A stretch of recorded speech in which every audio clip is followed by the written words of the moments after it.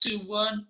Hello, everyone, and welcome to the Mike Armstrong podcast show. And this afternoon, I'm joined by Adrian Radford from Quick Smart IT, and we're going to have a little chat about business and just see how things have been going for Adrian during lockdown, etc. So, how are you doing today, Adrian? You okay?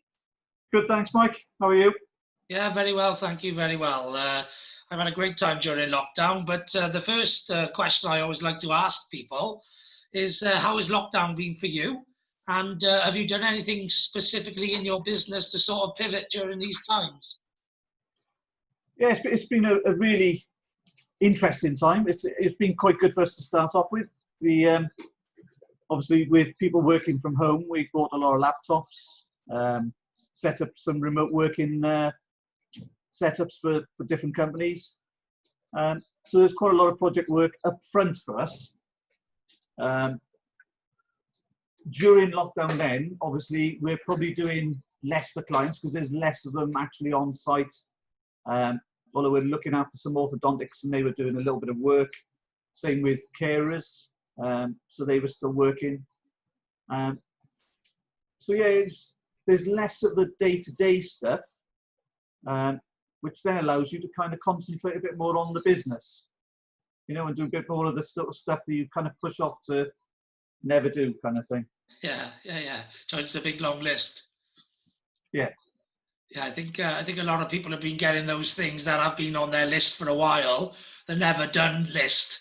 You know, I myself have done that myself. You know, those long-term things that you want to get done, but they're not day-to-day in your business, but you can just get them done because of the extra time that we've all been afforded. Yeah. Just the processes for the business and stuff like that. Getting all those documented and literally sort of branding documents and stuff like that. You know, things that you think, well, I don't necessarily need to do it, but it looks really good when we do it, sort of thing. Yeah, well, they're all good things to have as you grow as a business and as you recruit. They're also great things to have as and when you ever think about selling the business. Yeah, true. Yeah. So obviously you do IT. Do you want to have a little chat about all the different areas of IT that you cover? What I can remember. Yeah, so it's pretty wide sort of spectrum of things. We're doing IT support. That's the majority of the business. That's the sort of day-to-day sort of thing. But we do the project work then would be like installing networks, desktops, servers, things like that. We do quite a lot of wireless networking. So we might go into a hotel or something like that and sort of set up where all the access points need to be to cover the whole building and stuff like that, and find out where they've got a weakness and making sure everything's secure. So that takes us on then to cyber security. It's the buzzword at the moment.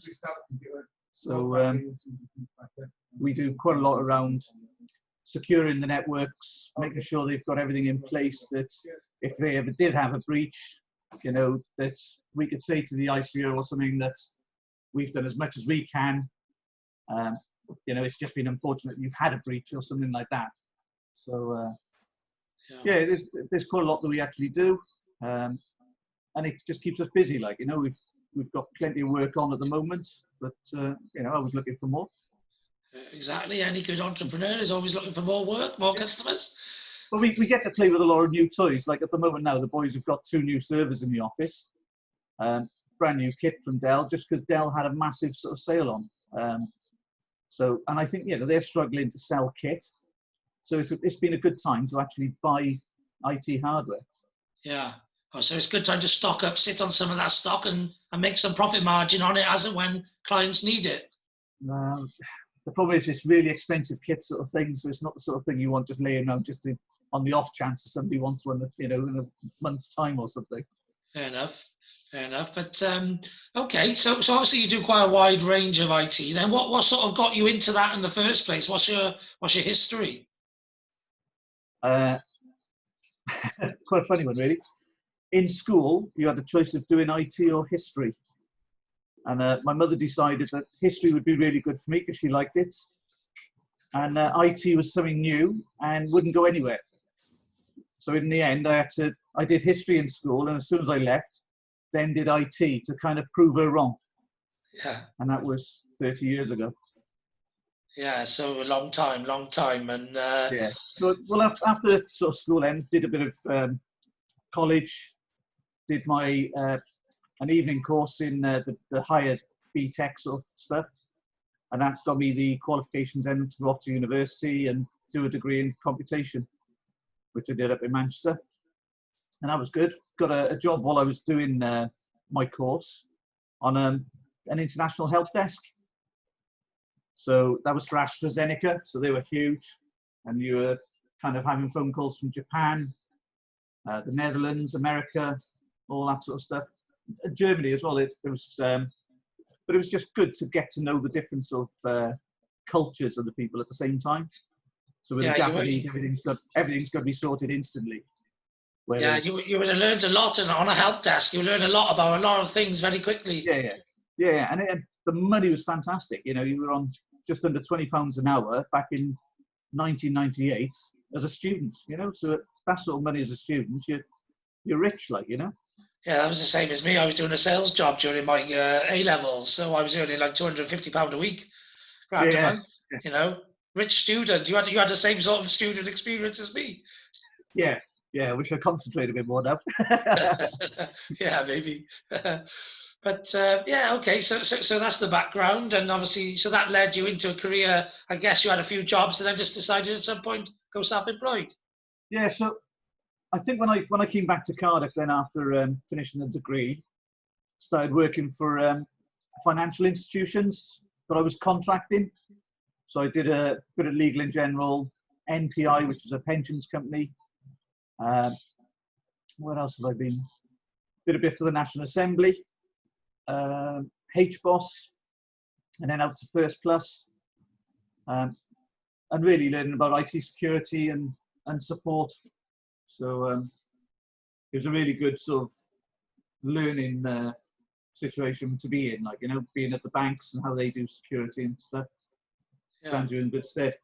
So Well, I it's good started to, contracting literally at the age of 25, did it for about 10 years, and then started my first IT business. yeah. What obviously working in big companies, you learn a lot of stuff. You know, it's like me. I was in a corporate sales background. I was in a company for 10 years, fast growth tech startup business. So, you know, you see a lot more than the average business sees because my Yeah, company grew to 25 million turnover in 10 years. Most people don't get there, like, you know. And yeah, obviously, you would have been working for big companies. They have much bigger systems, bigger need for security and that sort of thing. But so yeah, it's a good grounding, if you like. and it's the people you meet as well. You know, Yeah, we met some. There's a lot of really good contractors out there, sort of thing, that we met. We still sort of keep in touch. You know, if there was ever anything I needed that was their sort of speciality, I get in touch and sort of say, "Oh, how do we do this, that, the other?" Like, you know. yeah. So you've got a big network then of people that you can call Yeah, upon yeah, when the case needs it. Like, yeah. And we do use them. We've had projects where we've called some of the guys in if we need to put in maybe 50 computers over a weekend and stuff like that. Call the boys in and say, "Look, we've got a nice little project. You know, do you fancy helping out?" And it's good to use them. yeah, fair enough, fair enough. And what was the final push or the final pull to go self-employed? Being on a contract you don't like. How was it? So So yeah, I was working on a contract where it just didn't really get on with a lot of the people there, and I do consider myself as a people person. I get on pretty much with everyone, and I just didn't like it there. And I just said, right, I've got to get out of here. And I've got, I'd already had enough business to kind of keep me afloat. yeah. So just decided, right, this is time to jump ship and do this full time sort of thing. Yeah, fair enough, fair enough. So yeah, so there's always a push or a pull moment, isn't it? So you know, sometimes us entrepreneurs don't particularly like working for certain types of people. I myself was the same. I didn't like working for somebody who didn't really understand, you know, the value of value sales, if you like, and only Yeah, wanted to treat you like a commodity sort of thing, like, you know. And yeah, sometimes you have different opinions or different ways about wanting to go about things, and best to do things yourself if you've got strong values or strong views about the way things should be done. yeah, totally. And it was just the push I needed. Like, I said to the wife, I said, look, I want to go on my own now. It's time sort of thing. She said, oh no, renew your contract for another 3 months. We'll have I was only just married sort of thing. She said, oh, we'll have a really nice honeymoon and stuff like that. And went in, had another bad day, and I said, no, I'm not doing it. And then literally jumped ship and started on my own. Yeah, fair enough. Fair enough, yeah. So, and what's the plans for the business sort of longer term? Obviously, I guess there's always new things to get into in IT, but have you got any sort of plans where you want to take the business?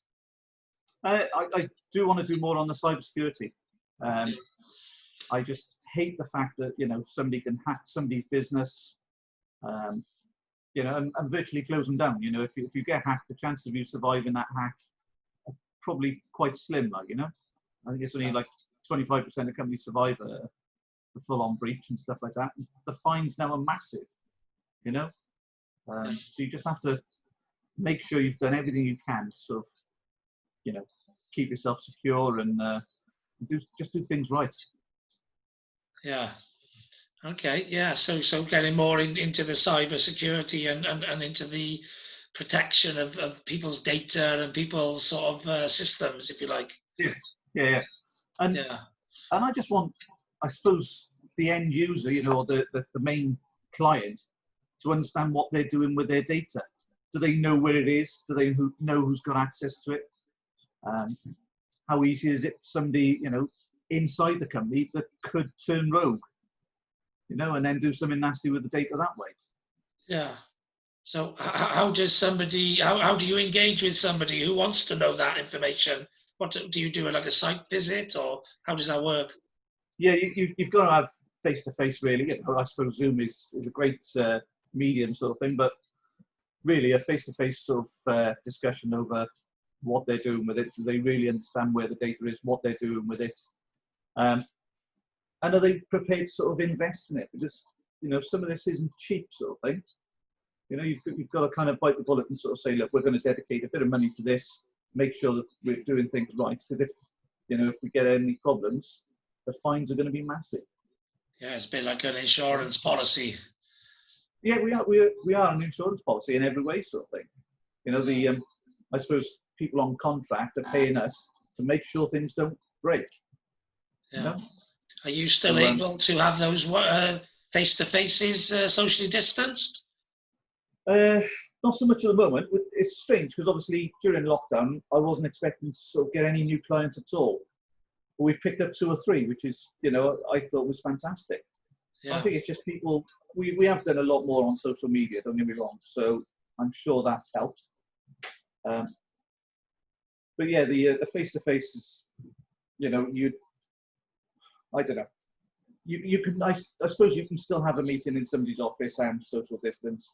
But a lot of people, I suppose you could still, have a tour around a building, and people can show you their server rooms and, that sort of stuff, at a 2-meter distance, couldn't they? Yeah, and we've done that. We've been to a couple of places where, I was quite surprised that they were even working during lockdown, but they were. And I think people have been adapting as well.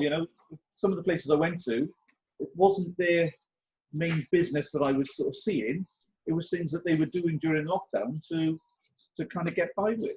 Yeah, the new business, either their permanent new business or their online venture or their temporary business, just to fill the gap whilst their main business is on furlough or on a break.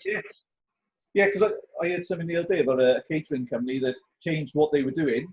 I think they were probably a restaurant to start off with, but then got into more of a takeaway sort of thing and helping out the less privileged sort of thing, and they're making money hand over fist sort of thing. That is the way the business is going to go for them even after lockdown. Yeah, well, there's a load of businesses that have switched, in manufacturing, etc. They switched to making PPE or whatever. I don't know. There's a lot of businesses done that, and obviously, hand sanitizer. Yeah, and some of those businesses, that'll be another string to their bow long term, and to some of them, they'll probably switch back. They'll put their resource back into something else once the demand for what they're doing now dries up again. Yeah. So the whole lockdown thing, I think, has been a bit of a strange one. For some people, it's been an absolute disaster. For us, I think it's been a positive thing, and it, on a personal level, having the extra time as well to spend with my daughter and the wife, just to you know, do the stuff around the house that we've done quite a lot of maintenance and stuff like that. And I've just really enjoyed it, Yeah. And the roads are so much better, Yeah. Yeah, that's You good. you can go out now and it'll only take you sort of 5 minutes to get home instead of an hour or something like that, Yeah, definitely. Well, I'm not looking forward to traffic coming back, but I haven't been out and about that much. But when you do go anywhere, it's quiet, isn't it? And Yes. the time you save from not having to travel, that's the reason why lockdown's been great for me, because I used to do sort of 2 real world networking events a week, and I probably do about 8 Zoom events a week now. Yeah.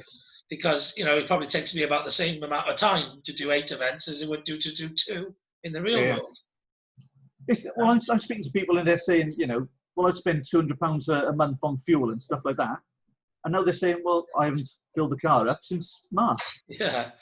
Yeah, definitely. There's loads of that. It's definitely that's one of the big advantages of working from home, which I've benefited from for coming up to 9 years.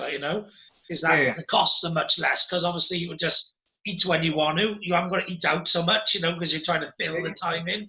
So you haven't got to pay for the petrol. You haven't got to pay for the food. You can eat what you want to when you want to, rather than on a set time. I like all of that. That's not always a good thing, Mike. Huh? That's not always a good thing. Well, no, it's not. It's not. But the good thing there is I can eat what I want when I want. But I've been eating healthier anyway. But I've also had the time to exercise, which I don't normally get the time to do. I'm normally too busy, and that's one of the things that tends to go. Or I used to, but now I'm doing so much of it. I think I'll always maintain it, keep it at a level. I'm exercising twice a day, every day. I'm up to 50 days now. And really before that, I was doing every day, more or less. I was doing 5 or 6 days a week, sometimes 7 days a week for about 2 months before that. So actually, I've been doing about 3-4 months now of exercising at least sort of maybe 6 times a week. That's really good. I'm terrible. My problem is I drive to the office, I sit at my desk, I drive home, and I get in a hot tub sort of thing. So my steps are literally plummeted. But when we were doing a lot of the garden maintenance and stuff like that, I was finding my steps were going up to 15,000 and stuff like that. The weight was falling off me. I literally have lost almost a stone during lockdown. I think that might have a bit more to do with the Guinness. Yeah. But increasing my steps during the lockdown has really helped as well. Sort of thing. Yeah, I think I lost about a stone as well. So in fact, I come up with a formula. It's called the Smart Happiness Formula.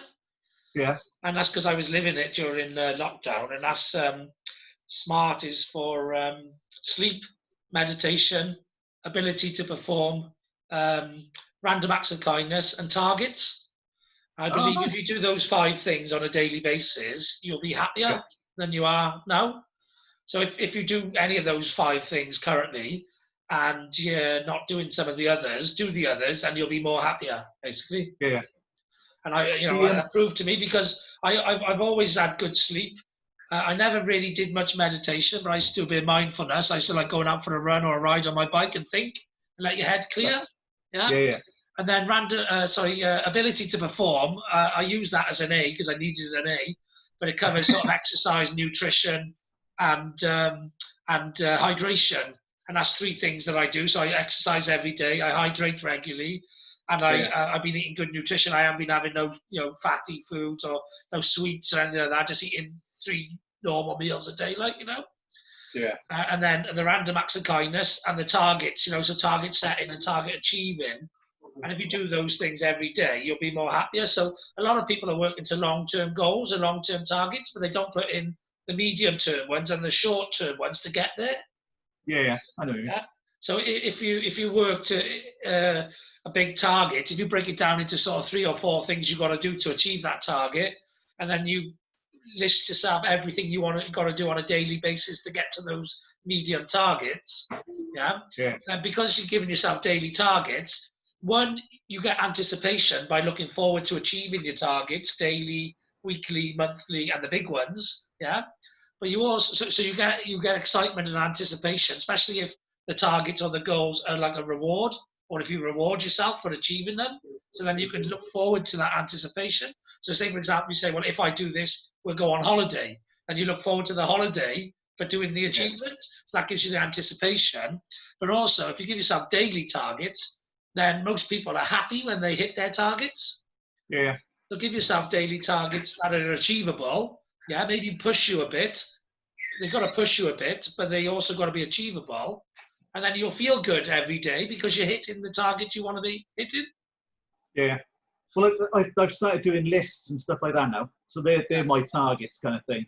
Yeah. So I've got a little app that I put every kind of little thing that comes into my head that I need to do onto the list. Yeah. And I just literally like the app. Just I like crossing them off and sort of saying, right, that's done, that's done, that's done. Yeah, but if you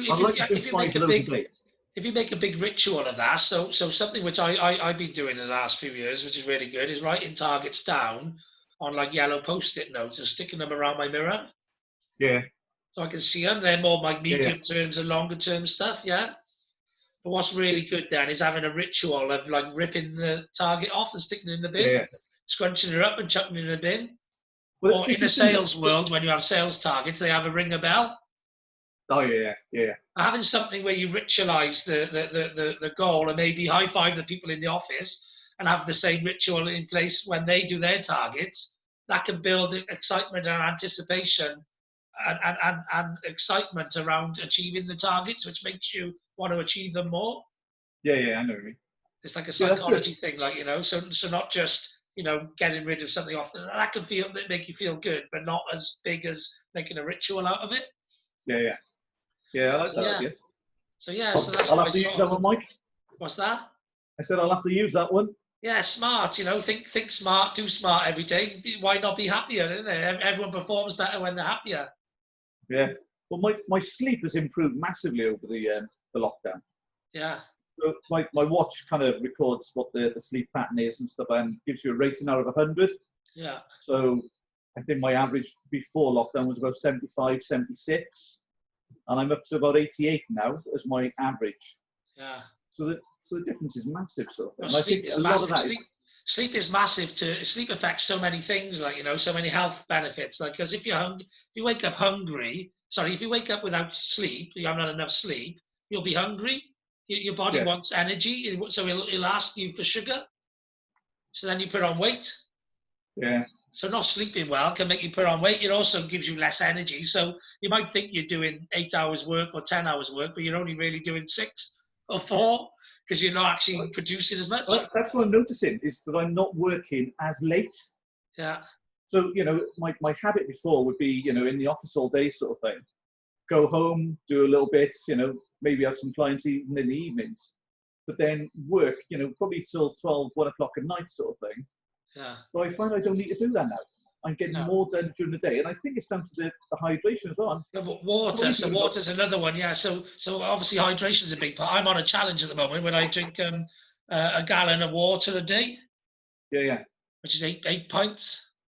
Well, I've got a 1 litre cup sort of thing, and I'm doing that 3 or 4 times a day now, filling that up. Yeah. This is my cycling cup, which is quite a big one. Yeah. And I constantly got that full of water, and it's constantly with me, so it's like 2 pints in 1 cup, Good man. So I'm constantly drinking that all day, but yeah, I think that keeps you alert. It stops you getting energy, and what that does as well is you stop getting so hungry, so that stops you putting on weight as well. If you don't eat so much food. Yeah, and I think the other thing is, 3 or 4 times a week, I'd probably go to the pub late at night. We go at 10:30 for 2 pints sort of thing, and not putting 1,000 calories in your body just before you go to sleep. It's probably been a really good thing for me. That's not good. Yeah, that's not good, because you sleep on that and you just turn into fat because it's got nowhere to go. Exactly. Yeah. So I'm only doing that. Literally now, I'm only drinking on a Sunday. Yeah, well, part of this challenge is I've not been drinking for 50 days. It's the longest I've ever gone without a drink, probably the longest before that has been like 2 weeks or something. But that's just crazy, Mike. That's crazy talk. I have times like in the summer where I might only have 1 or 2 glasses because I tend to drink less in the summer. But I'm 50 days now and I'm on a 75-day challenge, so I've got 25 days left. Oh, you'll smash it, mate. Yeah, well, I'm not going to do 50 days to blow it in the last 25. No, exactly. To me, that would be a complete waste of 50 days, so is it going to hurt you now in 2 weeks when the pubs are open? Yeah, well, I think my challenge ends on the 18th of August, something like that. So actually, that was the best time for me to do the challenge, which is why I did it when all the pubs are shut, and when Yeah, I wasn't out real world networking and that sort of thing. But yeah, that'll be more of a challenge, but not really, I don't think, because I just won't go to the pubs. So therefore, it yeah, won't be a challenge. It'll only be a challenge if I was going there and enticing myself, if you like. I'll just yeah, avoid, I'll just keep avoiding the pubs until my challenge is over. Then I'm going to go out on a big all day, and I think, and just enjoy myself because I'll break I've been on a diet, no drinking, drinking a gallon of water, reading 10 pages of an educational book, and exercising twice a day, every day for what will be 75 days. Then, so I'm going to have a big blowout. Yeah, you might go missing for a couple of days. Yeah, maybe. Who knows? And do all that good work for 75 days. Put on But a no, I'm stone. looking forward to that. In fact, I might even, though, just because I like pushing things, I might do the 100 days, which will see Oh, me to the end of August, because my birthday's in September. So, yeah, you got to do it before September, sort of thing. You don't want to be having a dry birthday. yeah, no, definitely. But yeah, I mean, that's why I've enjoyed the lockdown, because I've been creating a lot more. I've been doing a lot more. I've written a book. I've written these formulas. I haven't just got those 5 happiness formulas, the stuff that makes you happy every day. But I've got a success formula, which is 7 steps of success. Because once I created the 5 happiness formula, the 5-step happiness formula, I realized a big part of happiness to me as well is success. And that led me Yeah, to do, okay, well, what makes you successful? And I yeah, put in the 7 pillars of success, what I've believed all through my life is what I do and what I invest in to be more and more and more successful. And I think yeah, those 7 steps are systems, technology, relationships, efficiency, action, marketing, and sales. So I call it streams. yeah, Yeah, and if you do the 2 things together, smart streams, then I believe that's long-term success, because you can be successful, but if you're not looking after yourself, it can be short term yeah, yeah, yeah, and definitely. unsustainable. But if you do those 7 pillars of success, so you invest in systems, technology, relationships, efficiency, action, marketing, and sales, and then you put in the 5 happiness bits, so exercise, nutrition, hydration, and then the sleep, the meditation, the random kindness, and the targets. Put all of that together, and you've got long term performance, because you're going to be looking after yourself at the same time as being successful. Yeah, yeah, yeah, And obviously, one of my steps is technology, and that is using IT whenever possible to make sure you're protecting your success and your yeah, performance in your business. yeah. Just doing it right. If you do it right from the start, then you're probably going to save yourself a lot of hassle further along the line, sort of thing, like.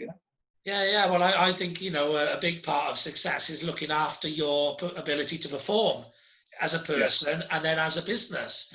That's where IT services come in. IT yeah. services they protect your ability to keep performing. Oh, mate, actually, one of the ones we did before, we went to a client, and they knew they needed new PCs right the way throughout the business. But when I spoke to some of the users, I said, "What do you do in the morning?" She said, "Well, I turn the computer on, I go and do the tea, and I do this and I do that." She said, "And by the time I finished all that, my computer's up and running then." So I said, "Well, how long does it take to get up and running?" She said, "About 45 minutes to turn on." So every day for like the last 2.5 years, she's been losing 45 minutes a day. And that happens if the PC crashes, another 45 minutes. Yeah, If she has to reboot for, because something's not working, another 45 minutes gone. yeah. So we put a PC in, literally, it boots within 10 seconds. She's up and running. She was just absolutely flabbergasted. She could not believe how much more work she could get done during the day just It's by amazing. having Yeah. a functioning PC. Yeah. Yeah, Yeah, yeah. Well, that's it. Another one of my formulas is efficiency, and ultimately, technology, when it works well, it improves your efficiency. You get a lot more done in your day. yeah, yeah. People say you can't buy more time, but you can make more time out of the things you're doing if you can get them Yeah. done quicker. Spend your money smartly, isn't it? Yeah, You know? yeah, yeah, definitely. So yeah, so that's why I'm going to be going in and teaching those sort of formulas to corporates, really, because I think a lot of people go in and do sales training and marketing training and IT training, all these things, but they don't look at it holistically together. Where Yeah, if you want to be successful, you've got to work on all of them, haven't you? Really? yeah, yeah, yeah, yeah.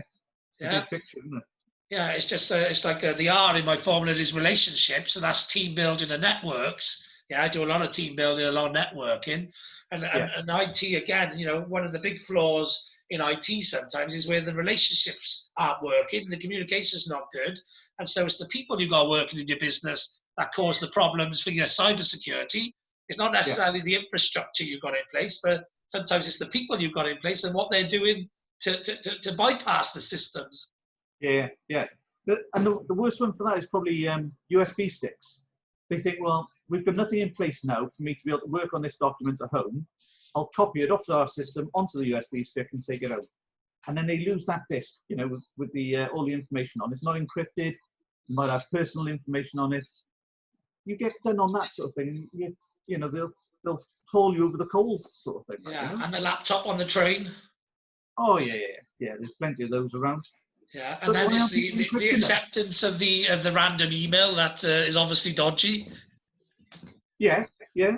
And one of the ones they do on cybersecurity testing is they'll leave a USB outside a building or something like that. So they'll wait for somebody to go in, see it, pick it up, and take it into the office so they can see what's on the USB stick. Yeah, But it could be anything. It could be a virus. It's just going to give full access to, cyber criminals sort of thing. yeah, yeah. So yeah, I think it's important for. Do you help companies with that as well? And how they manage their staff to make sure they're not the weak point? Yeah, we've got a couple of partners that do full-on training and stuff like that for cybersecurity, but even just day-to-day training sort of thing. Yeah, yeah. Because that's that is as far as I know from what I know of cybersecurity and that the human beings within the business are one of the weaker points, like to Yes, it's exploit. the weakest link in the chain, isn't it? Yeah, yeah. It's the same as like with the passwords, isn't it? When everyone uses password one. Oh, don't. I've seen some people actually change a full-on random password, very high security sort of thing, and they changed it to password 2. And they got hacked. And when I asked them what happened, he said, "Oh, and they're ex-military." So I was thinking they had some sort of clue, Yeah. Yeah. And then they just go and do that and get hacked straight away. I was like, "What was the password?" Password 2. Well, of course you're going to get hacked. That password will be hacked in less than 1 second. Yeah, it's like top of the list. It's like when they're sending that file down to try all passwords, it's the second one on the list after password Yeah, one. exactly. So, you can tell them until you're blue in the face. Sometimes people just will not listen. Yeah. People, think they're listening, take it in, but it just goes in one ear and straight out the other, They have That's to why realize. you've got to have systems as well as the training, because the training will work on a percentage of the people, but you still got to have fail-safe systems and all the rest of it in place in order to check those things out. Yeah, and the business needs to train the staff on a fairly regular basis and sort of say, look, sign this to sort of say we've been through this, that, the other, and if you do pick up a USB stick and it's got something dodgy on there, you're probably going to get sacked, sort of thing, Yeah, yeah. They need to make it clear what the rules are within their documents, like their staff documents and stuff. Yeah, exactly. Yeah, fair enough. Okay, so remind people again the areas that you work with, so that they can remember if that's them, if they're listening and they think, oh yeah, Yeah, some of the main industries you work with, and remind that's good people how actually. they can get in touch with you, etc. Yeah. So it's anyone really who has IT systems, which is virtually anybody. We do all the IT sort of security, the setting up of networks, being able to work from home securely, even just making sure that people have enough cover with their antivirus, and malware sort of software. If they have problems with the Wi-Fi in the house, if you need sort of an extra access point or something like that, we can sort that sort of thing out. Yeah, and anyone at Google's Quick Smart IT will find out how to contact us, sort of thing. We've got websites, we're on social media, and that's pretty much it, really. Okay, what's the main social media platform to get hold of you if they want to speak to you directly? What's the best one? Probably Facebook. I'm not much of a Twitterer, No. but yeah, Facebook is probably the easiest one. Okay, and is there many Adrian Radfords on Facebook, or are you easy to find? Not that look as bad as this. So no. So yeah, just look up for this ugly mug and Adrian Radford, and that's me. Connect with you on Facebook. Brilliant. All right then, and obviously they can go on the website, can't they? You said if they Google search it. Yeah, quicksmart-it.com. Yeah, brilliant. All right then. Well, thanks a lot for coming on my podcast, Adrian, and explaining a little bit about what you do. Nice one, Mike. Thanks very much. Yeah. All right then, brilliant. And there's nothing else left for me to say now, other than have a great day. I know I will. And thanks very much for listening.